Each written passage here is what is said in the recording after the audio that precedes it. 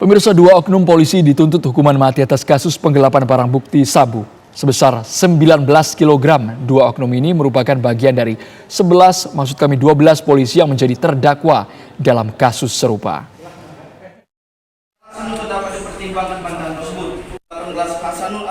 Sidang perkara penggelapan barang bukti 19 kg sabu yang melibatkan 11 orang polisi kembali berlanjut secara virtual.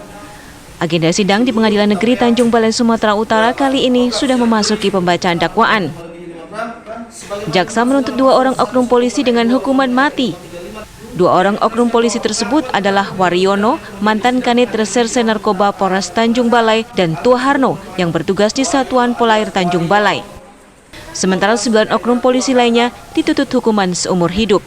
Selanjutnya, seorang sipil yang juga menjadi terdakwa hanya dituntut dengan hukuman 15 tahun penjara karena dianggap sebagai justice kolaborator.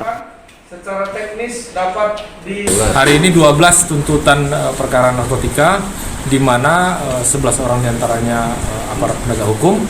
Yang kami tuntut hari ini adalah 2 orang kami tuntut hukuman mati, kemudian 8 orang kami tuntut seumur hidup, dan 1 orang 15 tahun. Demikian.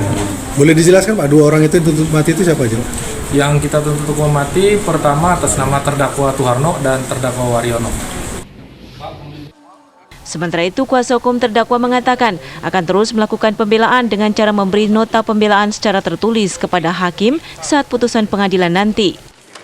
Intinya kita dari advokat Pak Jul, kita dan tim akan mengusahakan bagaimana nanti kita juga nota pembelaan dalam tanggal 25 nanti, di mana disitulah akan kita berikan nota pembelaan secara tertulis pada majelis hakim. Selanjutnya, sidang putusan vonis kasus penggelapan barang bukti narkoba yang melibatkan 11 orang polisi dan seorang warga sipil ini akan dilanjutkan Rabu depan. Dari Tanjung Balai, Sumatera Utara, Jasa Manurung, TV One mengabarkan. Pemirsa, untuk mengetahui lebih dalam tentang dua oknum polisi yang dituntut hukuman mati, kita akan bertanya langsung kepada Kasipenkum Kejati Sumatera Utara, Bapak Yos Gerno Tarigan. Pak Yos, kami ingin tahu ini Pak, mengenai konstruksi kasus penggelapan berdasarkan fakta persidangan. Kenapa dua orang ini sampai dituntut hukuman mati?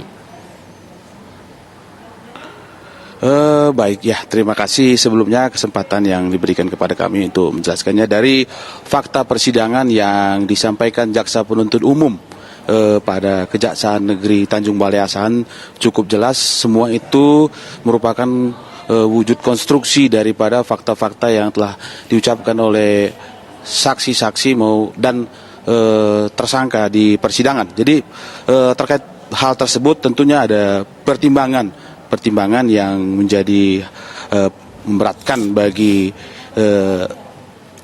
terdakwa.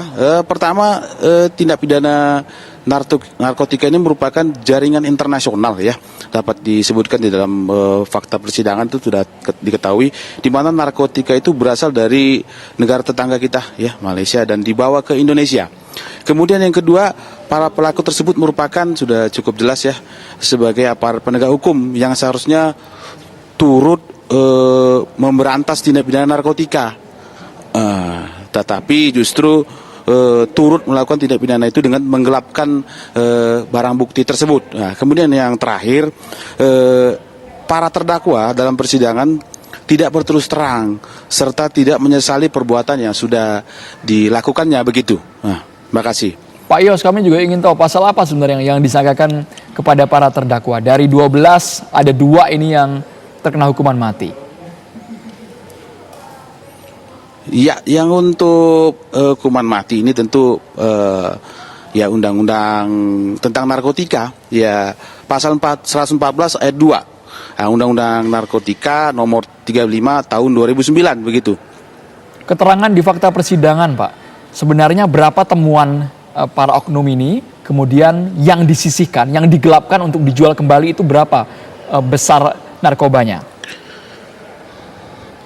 Baik, yang dari fakta persidangan yang cukup jelas ya, menjadi konstruksi di dakwaan dan kemudian mengalir kepada tuntutan itu ada 76 kg ya, tersebutkan. Namun 19 kg itu yang diambil, dan dari 19 kg itu dari fakta persidangan cukup jelas sebagian telah sempat dijual begitu.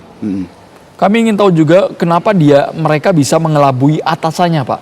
Ketika sudah menemukan barang bukti di lapangan, tapi atasannya kok bisa tidak tahu, kok bisa digelapkan, Pak? Bagaimana cara mereka menggelapkan barang-barang haram ini?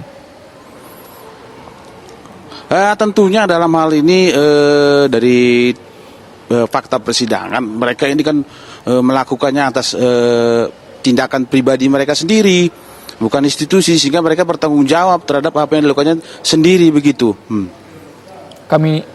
Kemudian, Pak Yos bisa dilanjutkan? Caranya seperti apa, Pak? Ini inisiatif dari dirinya sendiri, ya kita katakan dia oknum, inisiatif dari dirinya sendiri, bagaimana mengkelabuinya itu ya, sehingga dia mempertanggungjawabkan terhadap tindakannya itu dilakukannya sendiri, ya. Dia mengelabui atasannya, pimpinannya begitu. Oke, setelah mendapatkan barang ini, mereka menyisikan sekitar 19 kg. Mereka kemanakan barang-barang haram ini? Seperti yang saya jelaskan sebelumnya dan di fakta persidangan cukup jelas, sebagian dari 19 kg itu di fakta persidangan didapatkan dari keterangan saksi maupun terdakwa sudah mereka jual, ya, begitu. Akses menjualnya Sebagian bagaimana, dari Pak? 19 kg itu. Keterangan dari terdakwa bagaimana akses mereka menjual ini sampai keluar? Baik, di fakta persidangan ya tentunya mereka menjual langsung ya ke orang-orang yang ya dapat kita sebutkan di fakta persidangan seperti yang saya sampaikan tadi, mereka ini tidak berterus terang, ya para terdakwa ini berbelit-belit begitu, sehingga namun kemudian fakta yang kita ketahui mereka ini dapat kita buktikan. Perbuatannya tersebut, pertanggungjawabannya dapat kita buktikan, sehingga pasal tersebut dan ancaman tuntutannya mengarah kepada pidana mati dan seumur hidup sebagian begitu. Sabu ini apakah sudah sampai ke tangan masyarakat dan para terdakwa meraup keuntungan, Pak Tarigan? Ya tentunya sudah. Berapa, Pak, nilai keuntungan yang mereka dapat? Nah itulah yang kita sebutkan tadi, bahwa di fakta persidangan mereka tidak berterus terang. Inilah menjadi pertimbangan yang memberatkan dalam tuntutan. Begitu. Baik. Terima kasih banyak Bapak Yos Gerno Tarigan, Kasipenkum Kejati, Sumatera Utara. Iya, Mas, bisa saya tambahkan sedikit? Boleh, ya, Bapak, silakan. Tentunya ini merupakan wujud konkret ya, kedepannya Kejaksaan akan tetap turut andil dalam memberantas kejahatan narkotika dalam porsi Kejaksaan sebagai penuntut umum dan eksekutor putusan pengadilan yang telah berkekuatan hukum tetap. Demikian eksistensi kita, demikian. Dan dapat kami juga tambahkan pada kesempatan yang berbahagia ini, sepanjang 2021 Kejaksaan Tinggi Sumatera Utara telah menuntut 50 orang terhadap kasus narkoba, ya, tuntutan pidana mati.